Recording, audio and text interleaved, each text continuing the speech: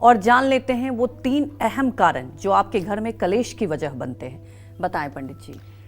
देखिए, हमारे यहाँ कहते हैं जहाँ सुमतितः संपत्ति नाना, जहाँ कुमतितः विपत्ति निधाना।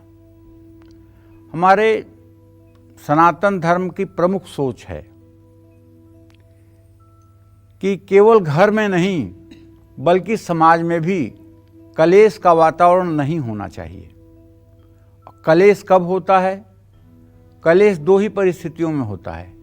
एक राग की परिस्थिति में होता है, एक द्वेष की परिस्थिति में होता है। किसी चीज से आपको बहुत लगाव है, वो आपको नहीं मिल रही है, तब आप कलेश करेंगे। और किसी चीज को आप बिल्कुल नापसंद करते हैं और उसके आपको अधीन होना पड़ रहा है, तब भी आप कलेश करेंगे। गीता में यही बात भगवान श्री कृष्ण ने 12वें अध्याय के 12वें श्लोक पर कहा है। अद्वेष्टा सर्वभूतानां मैत्रः करुणमेव च निर्ममो निरहंकार सम दुख सुखम क्षमी। अद्वेष्टा, इस चराचर जगत में किसी से द्वेष न हो। सर्वभूतानाम, सभी प्राणियों में मैत्री और करुणा का भाव हो। जो अपने समानांतर लोग हैं उनसे मैत्री का भाव है। जैसे जीव जंतु हैं उनके प्रति करुणा और दया का भाव मनुष्य के शरीर में रहना चाहिए। निर्ममो, जरा सा भी मोह किसी चीज को लेकर ना हो। निरहंकार, और किसी चीज का अहंकार घमंड भी नहीं होना चाहिए। सम दुख सुखम क्षमी, दुख और सुख में समान आचरण करने का प्रयास करना चाहिए। तो घर में अगर कलेश होने के हमारे समझ से मुख्य 3 कारण हैं। अगर ज्योतिष की बात करें तो मुख्य 3 कारण है। पहला कुंडली के ग्रह दोष, दूसरा पितृदोष और तीसरा वास्तु दोष। जिन लोगों के घर में सुबह सुबह कलेश होने लगता है, इसका कारण घर के सामने या आसपास गंदगी हो सकती है, या ईशान कोण दूषित होगा, ईशान कोण में शौचालय होगा, या ईशान कोण में डस्टबिन रखी होगी, या ईशान कोण में कूड़ा रखा जाता होगा। तभी सुबह सुबह सूर्योदय के समय घर में झगड़ा हो सकता है। घर के उत्तर पूर्व दिशा में बाथरूम होने से सुबह सुबह घर में झगड़े होते हैं। हर रोज अपने पूजा घर की सफाई करनी चाहिए और पूजा घर में पूजा के अलावा और कोई सामग्री या वस्तु पूजा रूम को स्टोर रूम नहीं बनाना चाहिए। सुबह के समय भगवान गणेश की उपासना करनी चाहिए। घर में कपूर जलाना चाहिए। परिवार का हर सदस्य सुबह स्नान करे और साफ सुथरे कपड़े पहने। कुछ लोगों के घरों में दोपहर के समय बहुत क्लेश होता है। जिनकी कुंडली में सूर्य नीच राशि में होता है, और खास करके जब सूर्य नीच राशि में हो और सूर्य नीच नवांशक में हो, मतलब 3 डिग्री 40 कला के नीचे हो, तो ऐसे में सूर्य राहु या सूर्य केतु की युति हो, या सूर्य कुंडली में शनि के साथ हो, या कुंडली के चौथे भाव में पापी ग्रह हों जैसे शनि मंगल राहु, तो ऐसे लोगों के घर में दोपहर के समय बहुत कलेश होता है। इससे बचने के लिए सूर्य को हर रोज सुबह उगते हुए सूर्य को तांबे के लोटे से 3 बार में जल देना चाहिए और एक मंत्र बोलना चाहिए।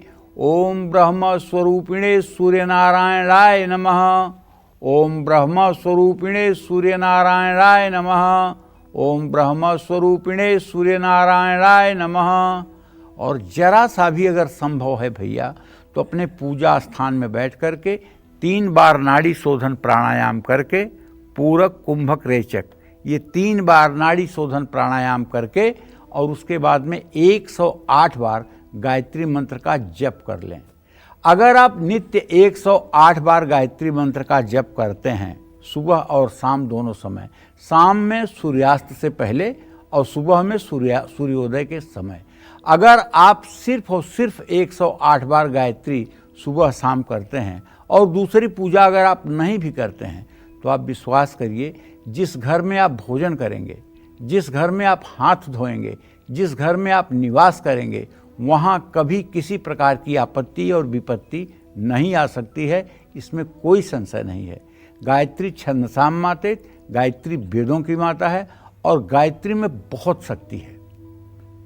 गायत्री की शक्ति वो है कि अगर गायत्री सिद्ध हो जाए तो आपको परमेष्ठी ब्रह्मा का पद दे सकती है। अगर आप ब्रह्मा के पद पर जाना चाहते हैं तो माता गायत्री की यह सामर्थ्य है, वो आपको परमेष्ठी पद दे सकती हैं। लेकिन गायत्री की सिद्धि कठिन ही नहीं, बहुत असंभव है। 24 पुरुष चरण गायत्री करने से गायत्री की सिद्धि होती है। एक पुरुष चरण में 24 लाख मंत्र जप होते हैं। इस तरह से 24 लाख के 24 बार पुरुष चरण जप किए जाएंगे, तब जा करके गायत्री का सिद्धि का बात बनेगी। इस तरह से अगर नित्य 12 घंटे कोई व्यक्ति जप करे और 16 वर्षों तक लगातार ये साधना में रत रहे, पूर्ण एकनिष्ठ ब्रह्मचारी रह करके और एक वक्त भोजन करके, भूमि पर शयन करके और आचार विचार से एकांत में रह करके अगर इस तरह का अनुष्ठान करे तो 16 साल के अंदर गायत्री सिद्ध होती हैं और कई जन्म जन्मांतरों के जितना भी आपके प्रारब्ध हैं या संचित आपके पाप कर्म हैं, सब जल करके दग्ध हो जाते हैं और आपका नया जीवन एक तरह से शुरू हो जाता है। और गायत्री माता की कृपा से आप अपने मनोवांछित स्थान को प्राप्त कर सकते हैं। जय मां विंध्यवासिनी। तो जिन लोगों के घरों में शाम होते ही झगड़े होते हैं, ऐसे लोगों के घर में कैसा दोष होता है और इस दोष को दूर करने के लिए इन्हें कौन से उपाय करने चाहिए, ये जान लेते हैं। बताएं पंडित जी। देखिए, जिन लोगों के घरों में शाम होते ही झगड़े होते रहते हैं, उनके घरों में गंभीर वास्तु दोष हो सकता है, या घर में गंदगी हो सकती है, या पितर दोष भी हो सकता है। ऐसे लोगों को ना सिर्फ वास्तु के उपाय करने चाहिए, बल्कि पितर दोष को दूर करने का भी प्रयास करना चाहिए। शाम को होने वाले क्लेश से बचने के लिए घर के मुख्य द्वार पर शाम के समय तिल के तेल का एक दिया जरूर जलाना चाहिए और अमावस्या को पीपल के पेड़ के नीचे सरसों के तेल का दिया जलाना चाहिए। घर में बना हुआ भोजन अमावस्या के दिन भूखे लोगों को खिलाना चाहिए। शाम के समय घर के किसी भी कमरे या कोने में अंधेरा नहीं रखना चाहिए। और सबसे बड़ी बात है कि अगर आपके घर में कलह की स्थिति है और सब कुछ होते हुए भी सुख चैन नहीं है, तब तो मैं आप सबसे यही हाथ जोड़ के आग्रह करूंगा कि घर का जो मुखिया हो, चाहे वो पुरुष हो चाहे वो महिला हो, जिसके निर्णय से घर चलता हो उसी को मुखिया कहते हैं। जो मुख्य होता है वो मुखिया होता है। ज़्यादा उम्र दराज व्यक्ति मुखिया नहीं होता है, ये भ्रम निकाल दीजिए। अगर कोई 85 वर्ष का आदमी है और उसकी बुद्धि नहीं सही चल रही है, वो स्वस्थ नहीं है, तो वो घर का मुखिया नहीं माना जाएगा। घर का वो 35 साल का लड़का मुखिया माना जाएगा जिसके निर्णय से घर चल रहा है।